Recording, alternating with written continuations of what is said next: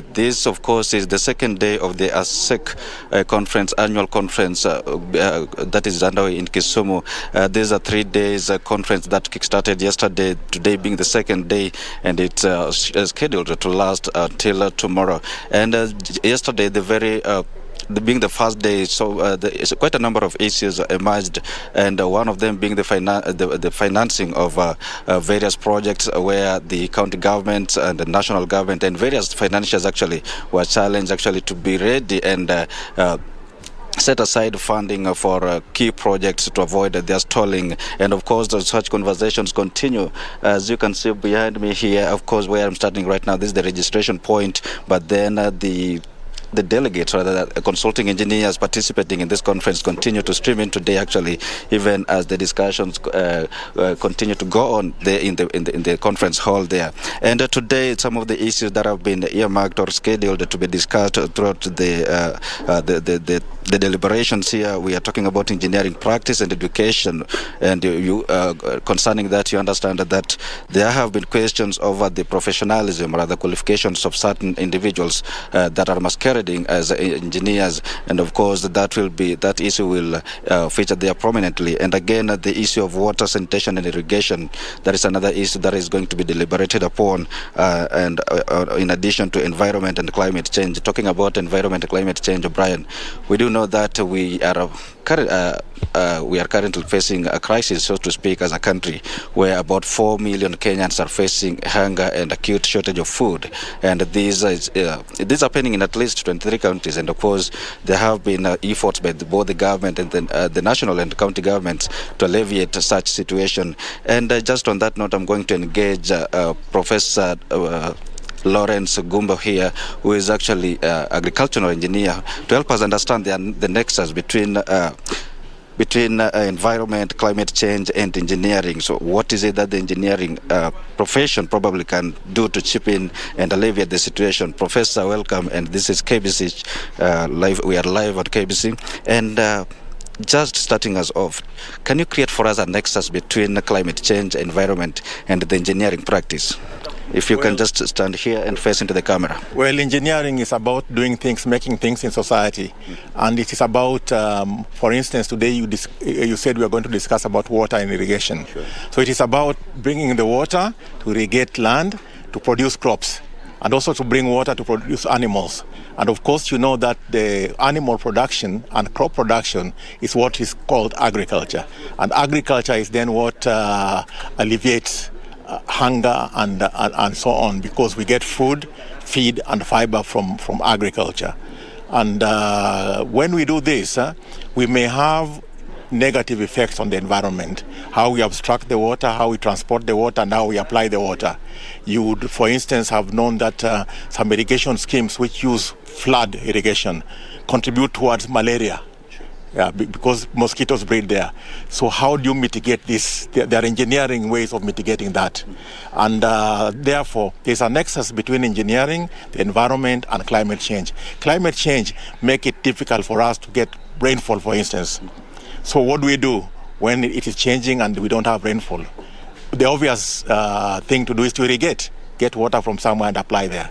So that is where the engineers get involved, that they are able to design the systems, the pumps, the pipe networks, and the irrigation system which apply the water to crops.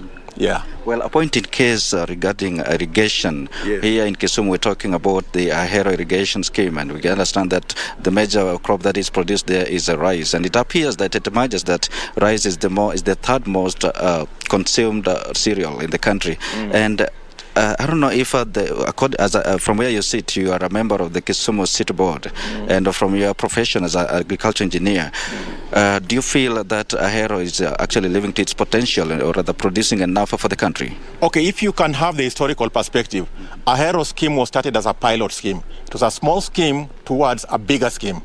In the 1950s, and soon after independence, the Soviet Union government wanted to develop a large project which would generate power and irrigate the whole of Kano Plains and Nyakach. So when there were political disagreements between the Kenyan government and the Soviet government, then the Dutch government came and did a small pilot scheme at Ahero to produce rice. So Ahero is a small experiment. It's not a big thing. However, even the small experiment has been producing some rice with problems here and there, and the rice is being produced. There are problems in terms of inputs. There are problems in terms of control of water. There are problems in terms of when the produce comes out, how to mill it and how to market it. Those are all problems which can be addressed from an engineering perspective. You can apply the water better. You can apply better machinery to tilling the land, and you can also process the machinery, dry the crop, for instance, put dryers there, and then mill it. I know there are one or two rice mills there, but you can make them a little more efficient and then market it there. So yes, we can irrigate rice there, but we can irrigate many other crops. Horticultural crops, for instance, can be irrigated here. And the same water which is used in the same line can also be used to have fish farming in fish ponds. Okay. Yeah. Moving away from Kisumu, currently as a country we are facing what I can describe as a crisis regarding to drought and food shortage, especially in ASAL counties. And from the engineering perspective, what do you think is the solution to this? From engineering perspective, the droughts in Kenya are pretty well predictable. Every 10 years we get a major drought.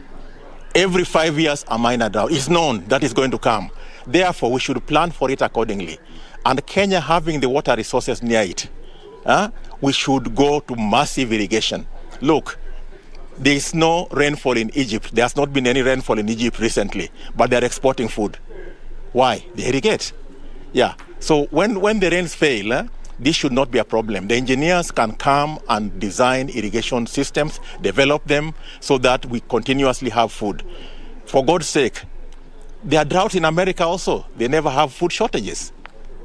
And if that is a possibility that we can explore, what then is lacking? Where do we have the goodwill, maybe as the government or the political leadership, to do this, to make this happen? It's the political will.